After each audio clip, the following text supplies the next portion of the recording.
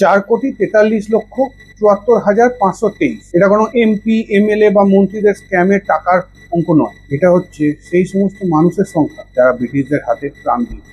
আজকাল Facebook, Instagram, Twitter সব জায়গায় অনেকে বলে যে আমরা নাকি ফ্রিতে স্বাধীনতা পেয়েছি, আমাদের স্বাধীনতা নাকি ভিক্ষার স্বাধীনতা। সত্যি কি তাই? চলো আজকে আমরা জেনে নিই এই স্বাধীনতা পেতে আমাদের কি মূল্য দিতে হয়েছে।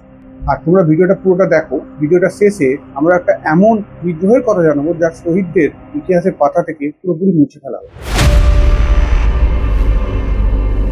1766 থেকে 1816 এই দীর্ঘ 50 বছর ধরে হয়েছিল চুয়ার বিদ্রোহ। এই বিদ্রোহে প্রায় 75,000 মানুষ প্রাণ হারিয়েছে। ইতিহাসের পাতা ঘাঁটলে আমরা জানতে পারি এই সময় কোনো গ্রামে কোনো ব্যক্তির উপর যদি ব্রিটিশদের সন্দেহ হতো, তখন তারা গোটা গ্রামের সমস্ত মানুষকে মেরে গাছে ঝুলি, মানে পুরুষ, নারী, বাচ্চাদের পর্যন্ত বাদ দিত না। 1855 সালে যখন সাঁওতাল বিদ্রোহ হয়, তাতে প্রায় 50 থেকে 60,000 মানুষ প্রাণ হারায়। এই সময় ব্রিটিশরা প্রায় 153টি গ্রামকে মানুষ সহ পুড়িয়ে ছাই করে। 1857 মহাবিদ্রোহেতে প্রায় 12 থেকে 14 লক্ষ মানুষ প্রাণ হারায়। আর বিদ্রোহ পরবর্তী ব্রিটিশ হিংসায় আরো 22 লক্ষ মানুষ প্রাণ হারায়।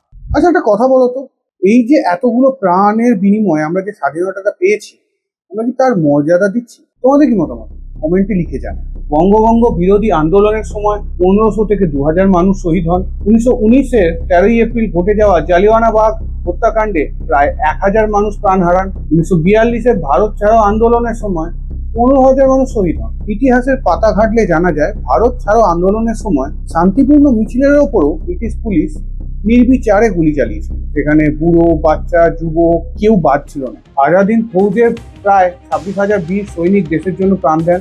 এছাড়া 1946 সালের অগস্ট থেকে ডিসেম্বর পর্যন্ত চলা জাতি দাঙ্গায় প্রায় 1,20,000 মানুষ মারা যান। যদিও বিশেষজ্ঞদের মতে সঠিক সংখ্যাটা বলা মুশকিল, আর সেই হিসাব হয়তো আমরা কোনোদিন জানতেও পারবো। শুধু সরাসরি যুদ্ধ বা বিদ্রোহে নয়, ব্রিটিশদের তৈরি দুর্ভিক্ষ কেড়ে নিয়েছিল কোটি কোটি প্রাণ।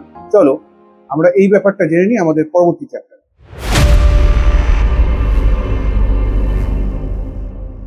1757 সালে পলাশী যুদ্ধে ব্রিটিশরা জিতে যায়।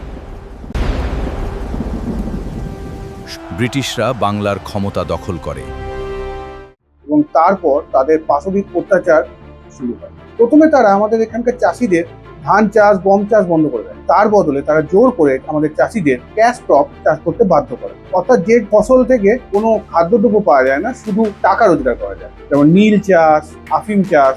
আর ট্যাক্স বাড়িয়ে দেয় প্রায় 3 গুণ।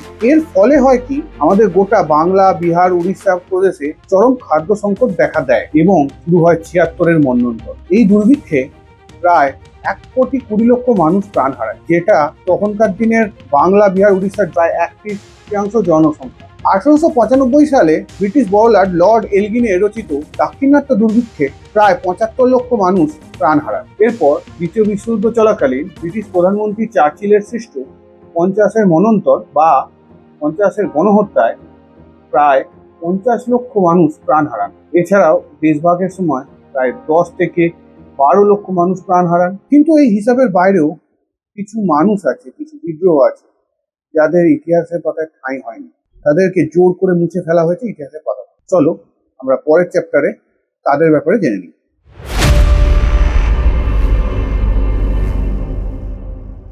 এখনো পর্যন্ত যা হিসেব দেওয়া হয়েছে সেটা সব খাতায় কলমে পাওয়া যায়, কিন্তু এরকম অনেক হিসেব আছে যা খাতায় কলমে পাওয়া যায় না। জোর করে তাদেরকে ইতিহাসের পাতা থেকে মুছে ফেলা হয়েছে। এমন অনেক মানুষ ছিল, এমন বিদ্রোহ হয়েছিল যেগুলোকে ব্রিটিশরা জোর করে তাদের ক্ষমতা দিয়ে ইতিহাসের পাতা থেকে উড়িয়ে দিয়েছে। ভিডিওর শুরুতে আমি বলেছিলাম এমন একটা বিদ্রোহের কথা বলবো, এই বিদ্রোহটাতে শহীদ হওয়া মানুষের হিসেবটাই ব্রিটিশরা লোপাট করে দিয়েছে। সেই বিদ্রোহটা হলো নীল বিদ্রোহ।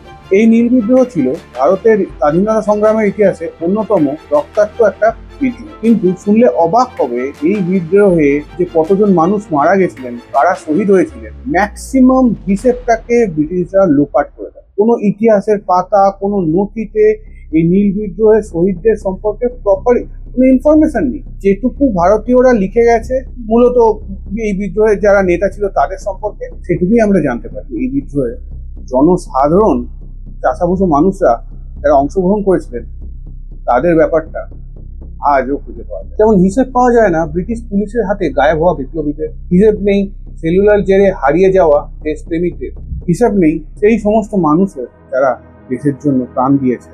ব্রিটিশরা তাদের মৃত্যুর কাগজটুকু পর্যন্ত তাদের অফিসের বাইরে করতেন। এ তো ছিল শুধু যারা প্রাণ দিয়েছেন এবং যাদের রেকর্ড পাওয়া যায় তাদের কাছে। এছাড়াও প্রচুর মানুষ ব্রিটিশদের হাতে নিগ্রহিত হয়েছে, বহু নারী হারিয়েছেন তাদের সম্মান ব্রিটিশদের হাতে, কিন্তু তার হিসেব আগে খুঁজে পাওয়া যায় না।